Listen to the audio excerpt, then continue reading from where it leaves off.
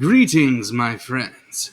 This is Celeria Rosenkreutz, and I ask you to allow me to tell you a story.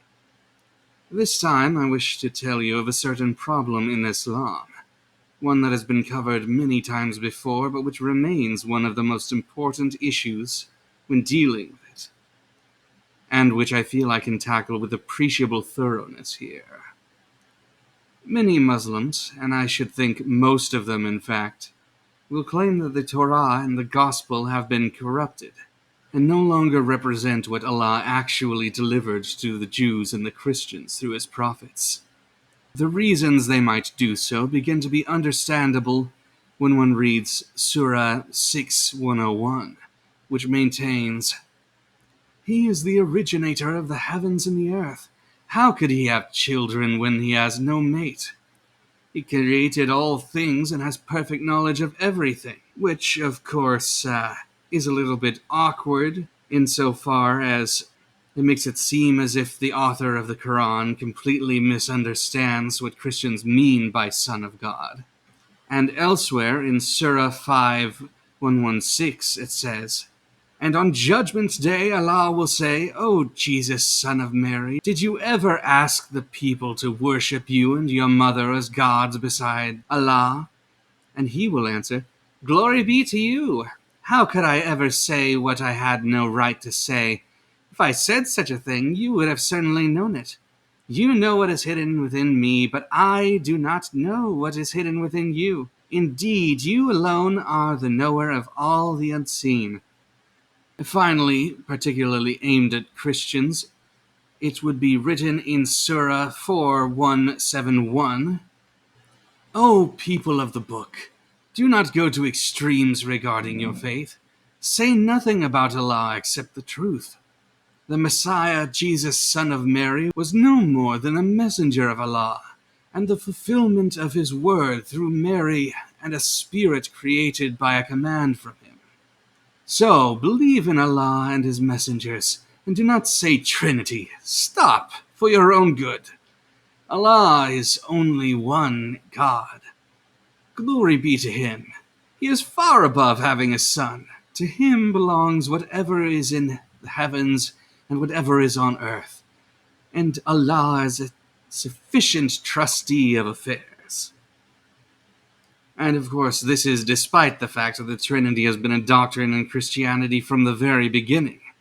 After all, even if you reject that the Gospels were in circulation before 70 AD, Paul identifies Jesus with Yahweh by referencing Isaiah 25:8, Hosea 13:14, and Psalm 8:6 in conjunction in 1 Corinthians 15. And he's writing that within at most 25 years of the crucifixion. As an aside, it is also a fact that the Old Testament texts have been talking about the Holy Spirit and an angel bearing the name of the Lord in strictly divine terms long before that, meaning that Judaism is also swept up in the denial Islam insists upon, regardless of who the passage was aimed at. Now, the issue is this. Nowhere in the Quran does it actually declare that the books Allah had sent down were in any way damaged or altered. Quite the contrary, in fact, given that in addition to specific verses that assure us there is no changing the word of Allah, see also 6:115, others also report that the Quran came as a confirmation of the previous scriptures. See 548, 291, and 381.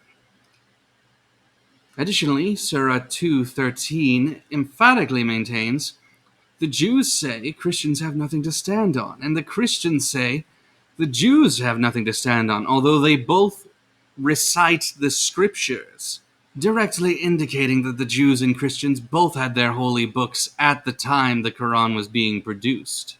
543 heavily supports this, saying, "Why do they come to you for judgment? They already have the Torah containing Allah's judgment. They are not true believers." As do the words of Surah 4:136. O believers, have faith in Allah, His Messenger, the book He has revealed to His Messenger, and the scriptures He has revealed before. Indeed, whoever denies His books, plural, has clearly gone astray. Which of course suggests that Muslims should accept and have faith in these other books, even if they are not reading them. Why then is this issue arising where Muslims have come to say that the previous scriptures were corrupted? A clue comes in the form of Surah 378, which is one of the two that explicitly maintain the Jews and Christians are purposefully distorting things with their words, and reads, "There are some amongst them who distort the book with their tongues and make you think distortion is from the book. But it is not what the book says. They say this is from Allah, but it is not from Allah. And so they attribute lies to Allah unknowingly." The other example is 4:46, which says, "Some Jews take words out of context and say, 'We listen and disobey. Hear, may you never hear,' and Ra'ina, heard us," playing with words and discrediting the faith. Had they said courteously, "We hear and obey, listen to us," and Unzurna, tend to us, it would have been better for them and more proper.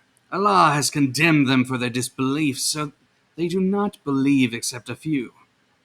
This also seems to indicate that not only are they twisting the words of their own scripture, but mocking the Quran, as was definitely the case. Muhammad hated poets in part because of the fact that so many of them mocked the Quran in this way. Many of them happened to be Jews, I should add. The one hatred probably fueled the other. That said, it is necessary to emphasize that this is not a minor matter. The Quran claims that Muhammad is told by Allah repeatedly that He has revealed to you, O Prophet, the book in truth, confirming what came before.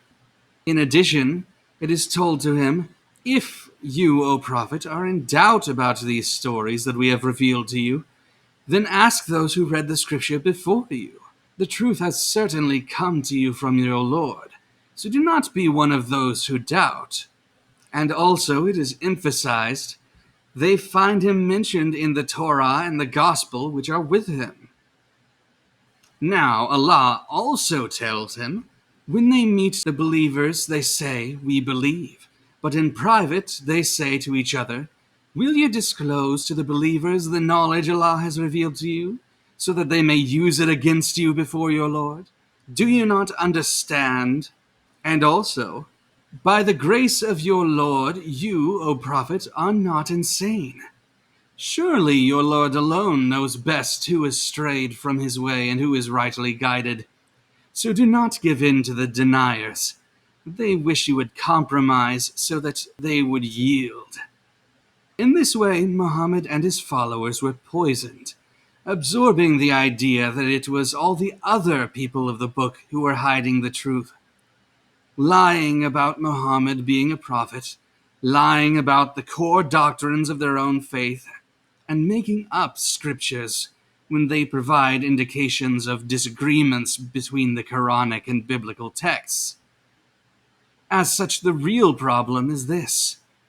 Given the holy books of the Jews and Christians have not in fact been corrupted in their words by any means, the fact that those texts disagree with the Quran, not on things like law that the Christian or Jew should follow, in addition to what each group might have in common, but on major factors like the nature of God himself and whether Jesus claimed that he was divine, which the Gospels, as we have them, do in fact claim, explicitly at times, implicitly elsewhere.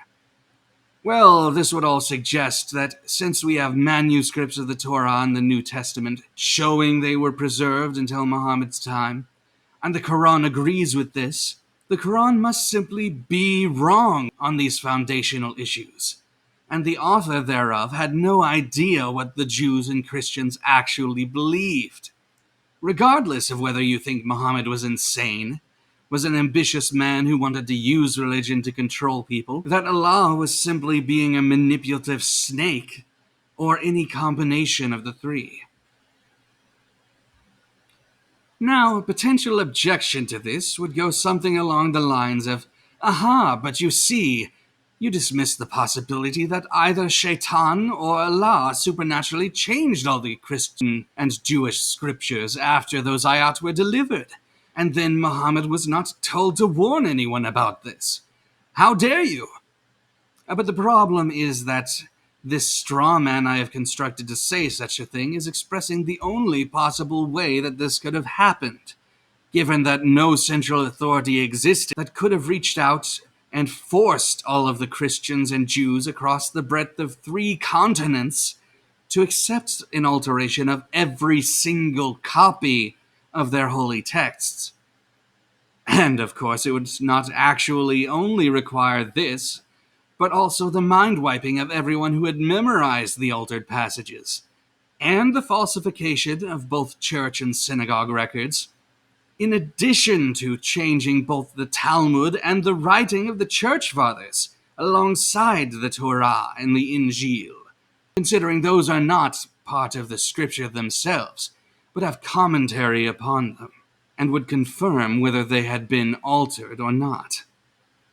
If that was carried out, well, regardless of whether it was Allah doing it himself, or Shaitan was doing so and Allah chose not to protect the word he had supposedly sent down and made immutable, that would make the God of the Quran a liar, and a spirit that was never worthy of being followed.